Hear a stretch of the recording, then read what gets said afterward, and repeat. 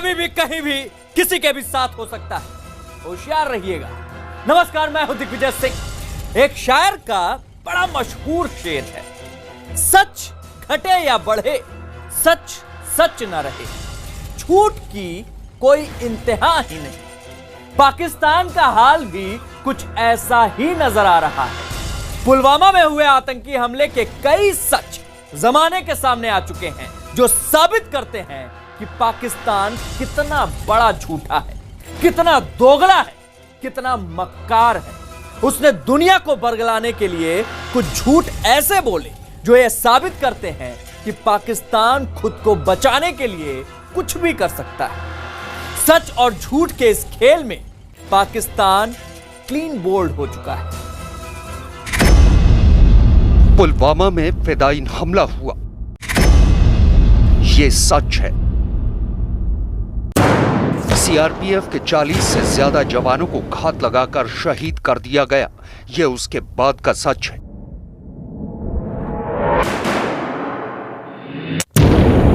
हमले के कुछ ही घंटों के भीतर जैश ए मोहम्मद ने जिम्मेदारी ली।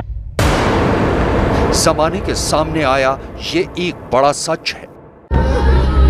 इस हमले के बाद पूरा देश गम और गुस्से की आग में झुलसने लगा और आंसुओं के सैलाब में डूबने उतरने लगा। एक सच ये भी है, अपने मुल्क को आंसुओं के समंदर में घिरा देख हिंदुस्तान की सियासत और सेना दोनों ही गुस्से से तमतमाऊ थे। ये ऐसा सच है जिसे दुनिया भर ने महसूस किया। अपने वीर जवानों की शहादत का बदला लेने के लिए दुश्मन का दम निकालने की तैयारियां शुरू हो गई। ये जग जाहिर सच है।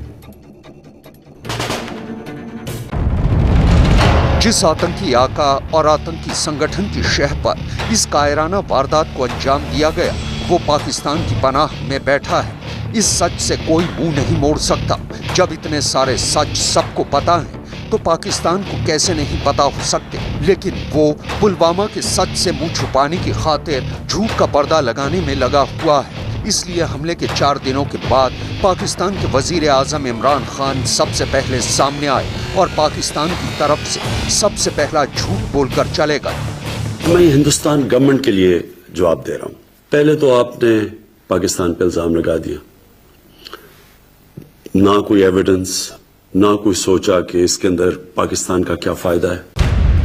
इमरान खान के इस झूठ के पुलिंदे की जब सरेआम धज्जियां उड़ने लगी तो हिंदुस्तानी गुस्से की तपिश से झुलसन महसूस होने लगी। तो 3 रोज बाद यानी शुक्रवार को पाकिस्तान की सेना झूठ के कुछ और चीथड़े लेकर अपने वजीर आजम को बचाने की गरज से सामने आई। उड़ी का हुआ 18 सितंबर 2018 को हमारे प्राइम मिनिस्टर ने यूनाइटेड नेशन जनरल असेंबली में तकरीर के लिए जाना था। तो ये पैटर्न आपको बताता है कि जब भी पाकिस्तान में कोई इंपॉर्टेंट इवेंट होना हो तो इस किस्म का स्टेज एक्शन होता है। पाकिस्तानी सेना ने पूरे तामझाम से की गई अपनी इस प्रेस कॉन्फ्रेंस में दुनिया भर के तमाम मीडिया को सामने बिठाकर एक बार फिर झूठा राग अलापा। जरा पाकिस्तान की तरफ बोले गए झूठ की इंतहा तो देख लीजिए। झूठ नंबर 1, भारत ने बिना सबूत पाकिस्तान पर आरोप लगाए। जैसे कि प्राइम मिनिस्टर साहब ने कहा कि how can Pakistan as a state of Pakistan involve in any such kind of activity. झूठ नंबर 2, पुलवामा हमले से पाकिस्तान को कोई फायदा नहीं। पुलवामा में हमले का इन 8 इवेंट के तनाजुर में पाकिस्तान को क्या फायदा है। झूठ नंबर 3, भारत पर पाकिस्तान में आतंकवाद फैलाने का आरोप। इंडिया ने गैर रवायती स्ट्रेटजी को अपनाते हुए, इनडायरेक्ट स्ट्रेटजी को अपनाते हुए हमारे मुल्क में दहशतगर्दी को फरोग देना शुरू कर दिया। झूठ नंबर 4, भारत में सुरक्षा के इतने बड़े बंदोबस्त के बाद हुआ हमला। ये कैसे हो सकता है कि पाकिस्तान की तरफ से कोई भी शख्स LOC को क्रॉस करे और ऐसा इलाका जिसमें सिक्योरिटी फोर्सेस की तादाद वहां की पॉपुलेशन से भी ज्यादा है। झूठ नंबर 5, पुलवामा हमले में पाकिस्तान का हाथ नहीं। मीलों दूर ये वाकया हुआ है लाइन ऑफ कंट्रोल से।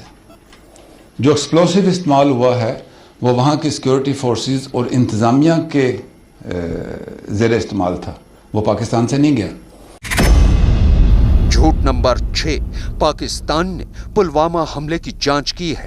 पाकिस्तान ने इस वाक़े के बाद पहले सोचा, तहकीक की और फिर जवाब दिया, और जवाब भी एक जिम्मेदार रियासत के तौर पर दिया। झूठ नंबर 7, चुनाव के वक्त ही आतंकी घटनाएं होती हैं। जो दिसंबर 2001 का इंडियन पार्लियामेंट पे अटैक था, उस वक्त वहाँ 2002 में जनरल इलेक्शंस होने थे, प्रेसिडेंशियल इलेक्शन होने थे, और United nation general assembly was in session.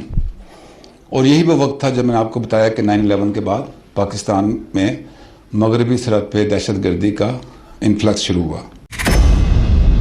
झूठ नंबर 8, जांच के कारण जवाब देने में देरी हुई। पाकिस्तान क्या कह रहा है? आइए इस मामले की तहकीकात करते हैं, आइए बातचीत करते हैं, आइए खित्ते को दहशतगर्दी से पाक करते हैं। और जब इतने झूठ से भी बात नहीं बनती दिखी तो सबसे पुराना झूठ लाकर पटक दिया। झूठ नंबर 9, 1947 से कश्मीरियों पर जुल्म हो रहा है। कश्मीर का इशू है, आइए उस पर बातचीत करते हैं, उसको रिजॉल्व करते हैं। जैसे कि प्राइम मिनिस्टर ने कहा कि मकबूजा कश्मीर में आपकी वायलेंस की पॉलिसी फेल हो रही है, इंट्रोस्पेक्शन की जरूरत है।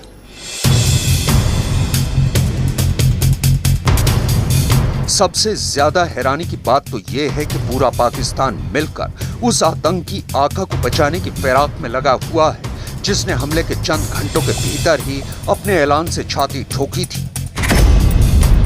मसूद अजहर, एक आतंकी संगठन जैश ए मोहम्मद के सरगना को बचाने के लिए पाकिस्तान ने इतना बड़ा प्रपंच कर दिया, इतना बड़ा नाटक कर डाला, इतने स्वांग रच डाले और इतनी मक्कारी दिखा दी कि अब सारी दुनिया को यकीन होने लगा है कि यह पाकिस्तान सुधरने वाला नहीं है। इसके साथ साथ एक छोटी मगर सबसे अहम बात पर गौर किया जा सकता है जो सवाल की शक्ल में है। आखिर मसूद अजहर को बचाने की खातिर पाकिस्तान के प्रधानमंत्री इमरान खान के बयान के बाद सेना को कौन सी गरज पड़ी थी कि वो सामने आकर पुलवामा हमले का तबसरा करे, यानी दाढ़ी वही खुजलाता है जिसकी दाढ़ी में तिनका होता है। अपनी गर्दन बचाने के लिए पाकिस्तान कुछ भी कर रहा है, यहां तक कि दुनिया को दिखाने की खातिर उसने आतंकी हाफिज सईद की 2 तंजीमों जमात-उद-दावा और फलायत इंसानियत पर पाबंदी लगाने का ऐलान भी कर दिया। लेकिन इसके पीछे भी उसकी एक साजिश सांस ले रही है। उसका ताजा स्वांग आज ही शाम को सामने आया जब अपने झूठ पर पर्दा डालने के लिए जैश ए मोहम्मद के हेडक्वार्टर पर पाकिस्तान की सरकार ने कब्जा कर लिया। दिलचस्प बात यह है कि इमरान खान जो कदम उठा रहे हैं वो अपने लिए ही मुसीबतों के गड्ढे खोदते जा रहे हैं।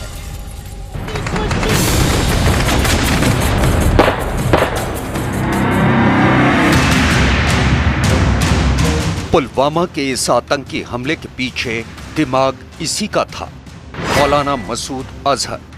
सीआरपीएफ के काफिले पर घात लगाकर धमाका करने की साजिश का मास्टरमाइंड ये शख्स था, कामरान। सब जानते हैं कि कामरान और गाजी साउथ कश्मीर में जैश ए मोहम्मद का एरिया कमांडर था और अपनी आतंकी तंजीम के लिए पहले नौजवानों को भटकाना और फिर उन्हें आतंकी लश्कर में भर्ती करना उसका असली काम था।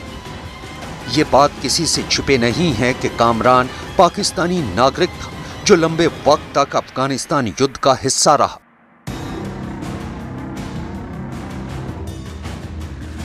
जैश ए मोहम्मद के सरगना मौलाना मसूद अजहर और कामरान के बीच का रिश्ता भी कोई छुपी हुई बात तो है नहीं, और कामरान वो आतंकी है जो इस पुलवामा हमले के बाद सेना के एक टुकड़े के साथ हुई मुठभेड़ में मारा गया था। और जैसे ही इस हमले के बाद भारतीय सेना और सियासी रहनुमा तिलमिलाए और पूरी दुनिया में इस आतंकी की हरकत जाहिर हो गई, बस उसी पल से पाकिस्तान उसे छिपाने की फिराक में लग गया।